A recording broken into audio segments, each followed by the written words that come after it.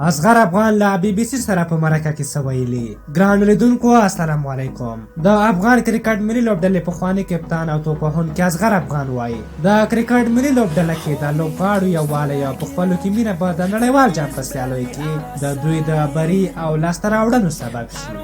اصغر افغان وایي فکر نه کوم نړۍ کې د افغان لوبغاړو په څېر لوبغاړي دي. موږ ټول سره یو موټی یو، یو بل ته درناوی لرو، یو بل ته بد نه غواړو. اصغر افغان د افغان کرکټ یوه پیژندل شوې څېره ده. دوی له تېرې څو 15 کلونو راهیسې د افغان ملي لوبډلې یوه مهمه برخه دی. د 2019 نړیوال جام ته د لارموندنې په برخه کې د اصغر افغان مهمه ونډه ښایي د ټولو افغان کرکټ مینوالو په یاد وي.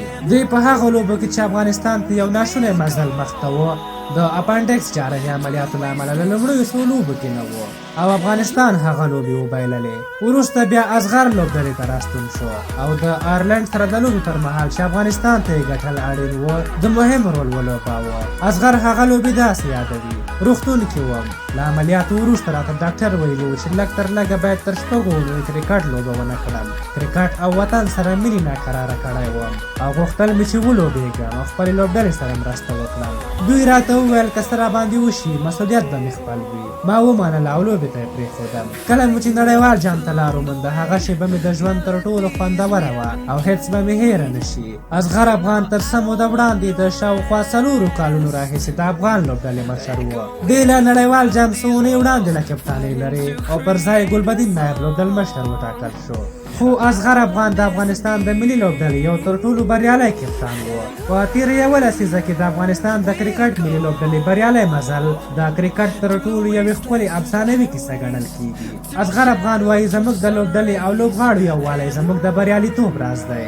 لوبغاړي یو بل سره مینه لري او د یو بل بریالیتوب غواړي.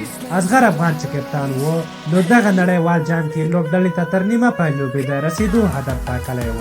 دغه هدف اوسنی لوبډل مشر ګلبدین نایب هم خپل ځان او لوبډلې ته ټاکلی. افغان لوبډله سږلي نړیوال جام کې یوه پیاوړې لوبډله ګڼل کېږي او د ځینو لوبغاړو په راتګ سره چې 2015 جام کې نه و لوبډله ډېره پیاوړې ښکاري، لکه حضرت الله زازی، حشمت الله شهیدي، رحمت شاه زرمتی او راشد خان ارمان. له افغان لوبډلې سره به یې سیالان لوبه اسانه ونه ګڼي. آیا افغان لوبډله به وکولی شي چې په دغه جام کې ښې لوبې وکړي؟ تاسو په نظر افغان لوبډله کومې لوبډلې ته ماتې ورکولی شي؟ خپل نظر مو راته په کومنټ کې ولیکئ. که زموږ دغه ویډیو مو خوښه شوې وي ضروري لایک کړئ. د نورو ویډیوګانو لپاره زموږ یوټیوب چینل حتما سبسکرایب کړئ. تر بلې ویډیو مو په لیوه بخښونکي خدای سپارم. د الله په امان.